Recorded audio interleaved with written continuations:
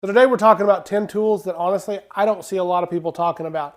These tools are all under 40 bucks. One of them is even free, so you're not going to want to miss that. So let's get started. All right, so first up we've got the Rockler corner clamps. Now these are called a clamp it clip is what they're called, but they're basically just a friction fit clamp. So just to give you an example here, this is a little mocked up kind of a drawer box. This is a 1/2 inch clamp it clip, and we just push this down over it. Fits nice and tight. Got a good fit. It's tight enough we can move this around like this, not going to fall over. Work great to build these drawer boxes, anything like this. They also make them in a 3/4 inch size as well. It's a little bit bigger, but it works the exact same way. These are ingenious in my opinion. I have the woodpeckers, the big corner clamps, but honestly they're a little bit big, especially if you're doing something smaller like this. This is a great way to go with these.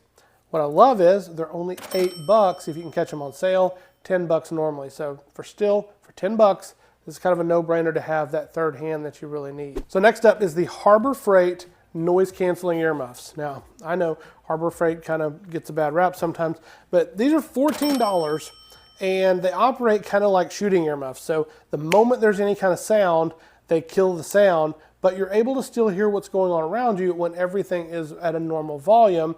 And I love that because hearing protection, the one of the things I don't like is I don't like feeling isolated when I'm in the shop, and this helps to prevent that. So as long as everything is at a normal, safe level, it amplifies the sound so that I can still hear what's kind of going on around me. And the moment I kick on a saw or anything like that, boom, I've got hearing protection again for $14. 2 AA batteries in there.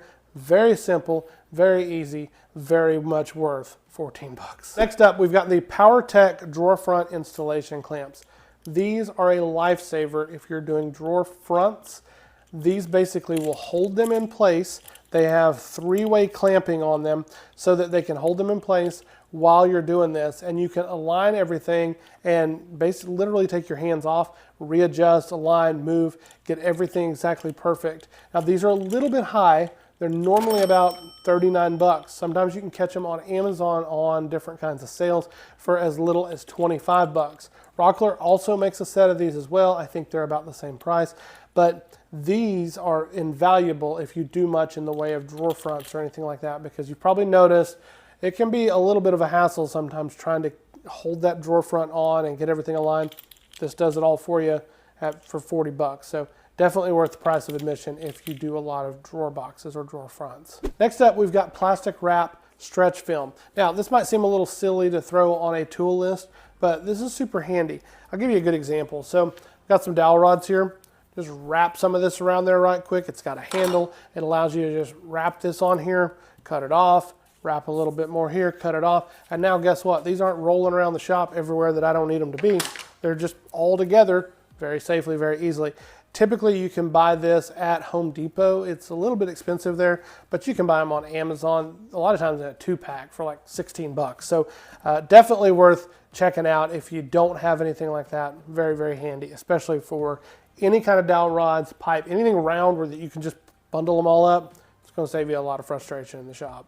Next up is the Milwaukee Impact Drive bit set. This is a 12-piece set, and it looks like just a normal bit set. But the cool thing about this is it actually opens up, okay? And it will strip wire right here. So it's got a bunch of different sizes here to strip wire with. It's also got the ability to pop out this little bit here, and if you see here on the end of it, it will accept this just like that, and now you've got a screwdriver. I want that.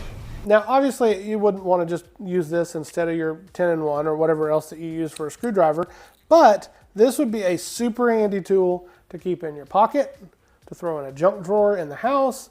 It's very handy. It'll get you out of a pinch. And the only downside is it's a little bit elusive to find right now. Home Depot's out of stock, and there are several other websites that I will put down below that have it. Typically it's running 12 to 18 bucks, it looks like, if you can find it. So hopefully you're able to catch it. It's a handy little tool just to have. I can even see it being great to just throw in the car in case you're in a bind. So next up, we've got the miter protractor from Starrett. Now, this thing is essentially kind of like an angle finder, but it's typically designed for a miter saw in particular. So you slap this in a corner and you just get this wherever you need it, and it will look, you'll look at the big dial here and it will tell you, oh, set your saw on 44 degrees. That's simple. both your angles 44, slap it in place, your miter will be perfect.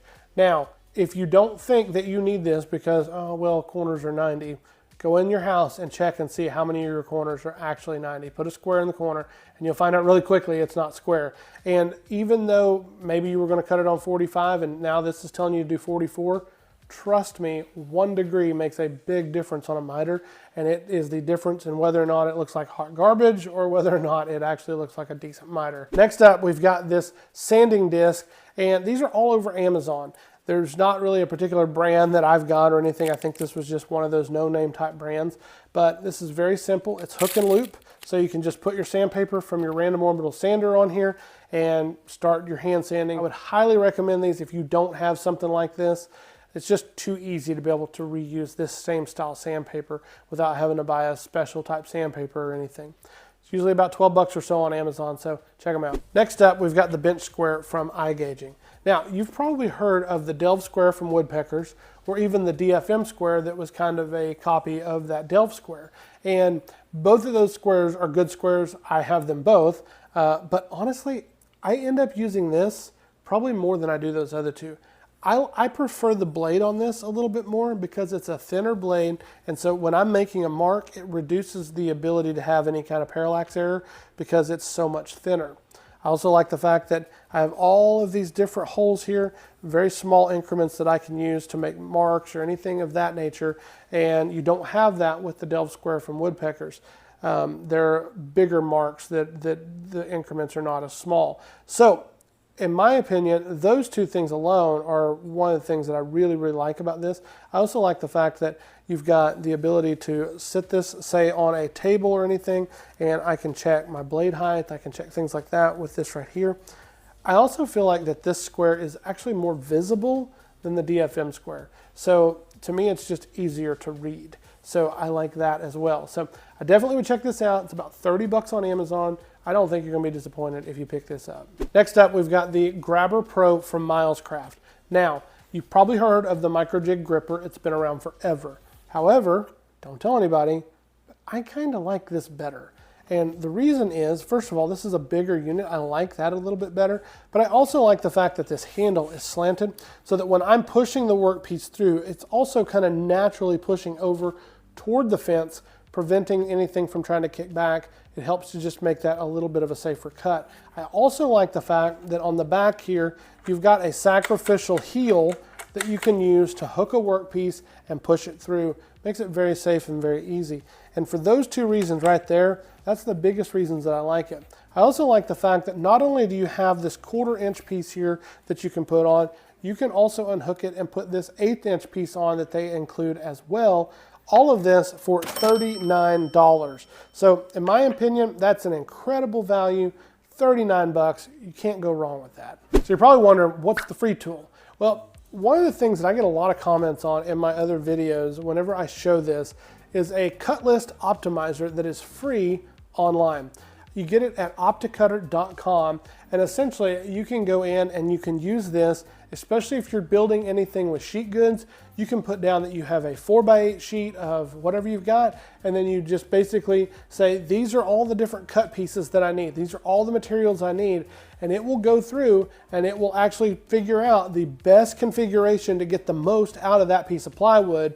You can even take things like grain direction and even the kerf of your blade into consideration, and it will figure all of that into it. It's free, opticutter.com. Go over and check it out. I use it every time I'm doing anything with sheet goods. It makes life very simple. All the links for these tools are down in the description below. If you got questions, leave them in the comments. Other than that, we'll catch you next time.